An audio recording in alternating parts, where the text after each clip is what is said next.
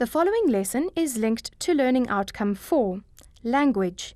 It addresses the assessment standard that requires learners to use structurally sound sentences in a meaningful and functional manner. Learners should be able to use a range of figurative language such as idiom, idiomatic expressions, and proverbs with developing appropriateness.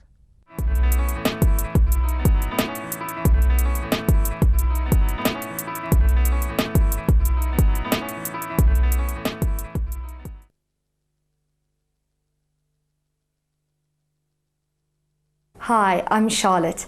In our previous lesson, we looked at the definition of figurative language, and we discovered that it deals with the deeper meaning of words.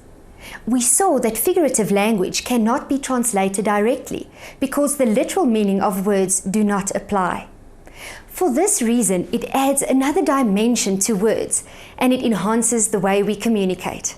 Figurative language allows us to appreciate the emotion and intensity associated with words by creating mind pictures and by using comparisons to suggest ideas. You will often find figurative language in literature, especially poetry, and it is important to understand figurative language in order to appreciate the texture and beauty of poetry. However, today I would like to show you that figurative language does not only have a place in the classroom, but that it affects our everyday lives. Let's look at this. Once in a lifetime opportunity. Advertisers often use these words to promote the sale of exclusive products. The question you have to ask yourself is, do you really think this opportunity will only come around once in a lifetime? Well, I'm sure that you have already seen offers like this more than once in your lifetime.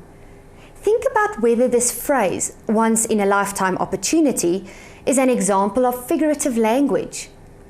Also think about why it has been used.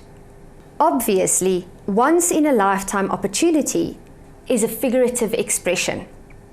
Advertisers use this phrase to convince you to seize the opportunity to buy their product.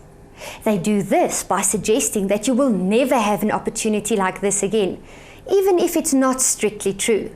Figurative language plays a very important role in advertising. It is important for you, as a consumer, to understand how figurative language is used to manipulate people to buy certain products before you spend your money unnecessarily.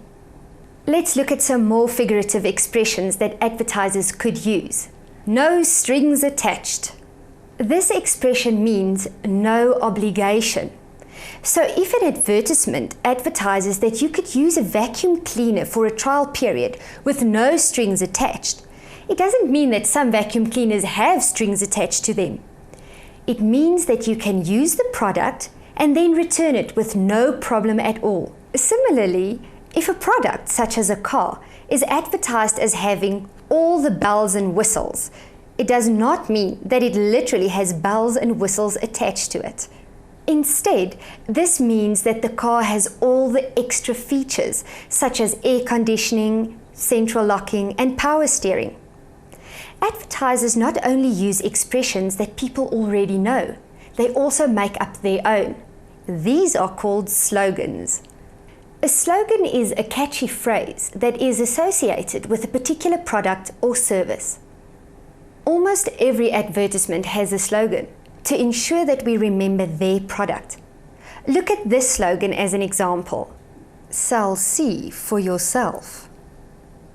If we look at the literal meaning of this slogan, it suggests that the cellular service provider, Cell C, is for you. This is a very basic meaning, and it doesn't get you really excited about the product. Now let's look at the slogan again and see if we can find something deeper there. If you read this out loud, it reads, Sell C for yourself. This is really quite clever.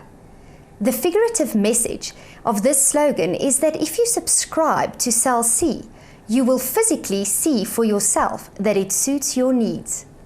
If you start examining advertisements, I'm sure you'll be amazed at the amount of clever figurative language advertisers use. Now I'm going to look at one more example of clever advertising using figurative language. This is a Cadbury's Flake chocolate.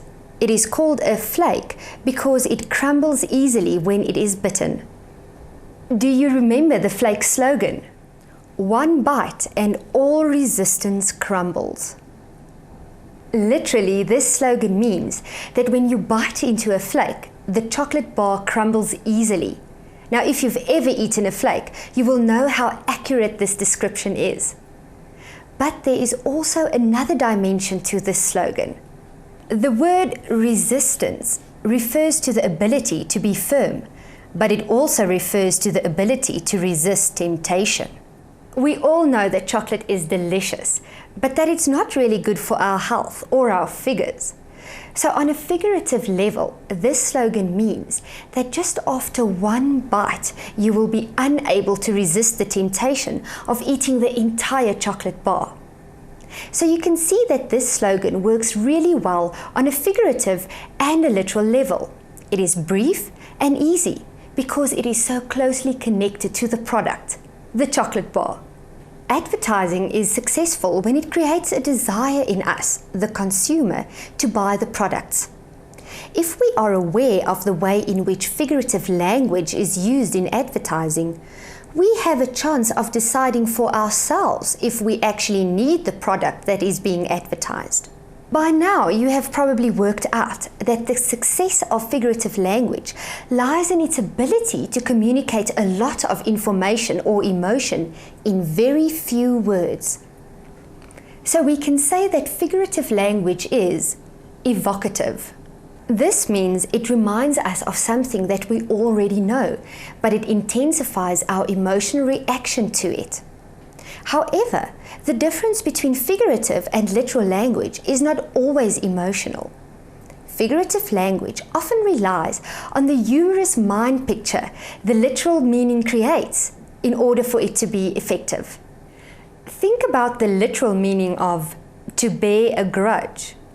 We know that figuratively this means to remain annoyed about something that was done to you in the past. Literally though, this can bring a smile to our faces. Imagine what it must be like to bear or carry a grudge. What would a grudge even look like? I hope you now have a better understanding of how figurative language is used in everyday life. And remember to read and listen carefully to determine whether you are dealing with figurative language. Thank you for joining me today. See you again soon.